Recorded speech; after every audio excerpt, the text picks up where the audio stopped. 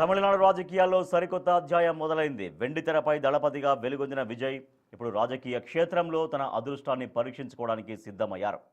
Party స్థాపించిన తర్వాత ఎదుర్కొంటున్న తొలి ఎన్నికల సమరం కావడంతో గెలిపే లక్ష్యంగా అడుగులు వేస్తున్నారు విజయ్.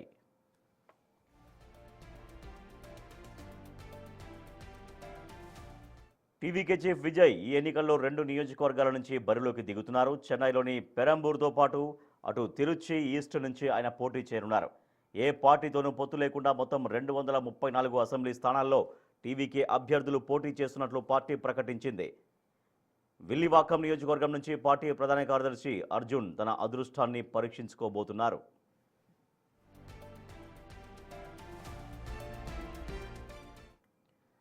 మరోవైపు తన వ్యక్తిగత కారు డ్రైవర్ అయిన రాజేంద్రన్ కుమారుడు శబరినాథన్కు ఎమ్మెల్యే టికెట్ కేటాయించి ఆశ్చర్యానికి గురి చేశారు విజయ్.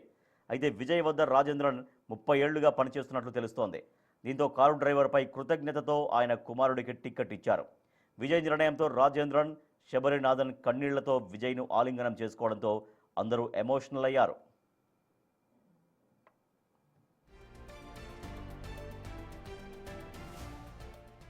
ఈ పోరు ప్రధానంగా డీఎంకే టీవీకే మధ్య ఉండబోతోంది అంటూ విజయ్ పేర్కొన్నారు. ప్రజాసేవ లక్ష్యంతోనే తాను రాజకీయాల్లోకి వచ్చానని స్పష్టం చేశారు.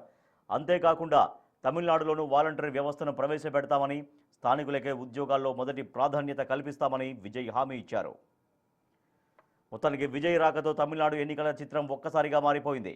అటు అధికార డీఎంకే, ఇటు టీవీకే మధ్య మాటల యుద్ధం ముదురుతుండడంతో ఈ ఎన్నికలు సర్వత్రా ఉత్కంఠను రేపుతున్నాయి. இது ஒரு தலைமுறைக்கான ஒரு தேர்தல், உங்களுக்கான தேர்தல். எவ்வளவு பெரிய வசதியான வாழ்க்கையா இருந்தாலும் எல்லாத்தையும் தூக்கி எரிஞ்சிட்டு உங்களுக்காக மட்டுமே வந்திருக்கிறேன். உங்களுக்காக நன்றி கடன் செலுத்துறதுக்காக மட்டுமே வந்திருக்கிறேன். அத்தனை வழிகளையும் தாங்கிக்கிட்டு உங்களுக்காக மட்டுமே நான் வந்திருக்கிறேன். உங்களுக்கு நன்றி கடன் செலுத்துறதுக்காக மட்டுமே வந்திருக்கிறேன். ஒரு நாளும் பொய் சொல்லி உங்களை நான் ஏமாத்த மாட்டேன். இந்த 4 முனை போட்டி, 40 முனை போட்டின்னு எத்தனை முனை போட்டின்னு எத்தனை உருட்டினாலும் இங்கு 2 முனை போட்டி தான். ஒன்னு டிவிகே, இன்னொன்னு டிஎம்கே. மக்கள் விரோத ஆட்சி நடத்துற ஸ்டாலின் சார் வேணுமா, மக்களை நேசிக்கிற விஜய் வேணுமா? அவ்வளவுதான் இந்த தேர்தலே. அதனால உங்க விஜய்க்கு, உங்க அண்ணனுக்கு, உங்க தம்பிக்கு, உங்க பிள்ளைக்கு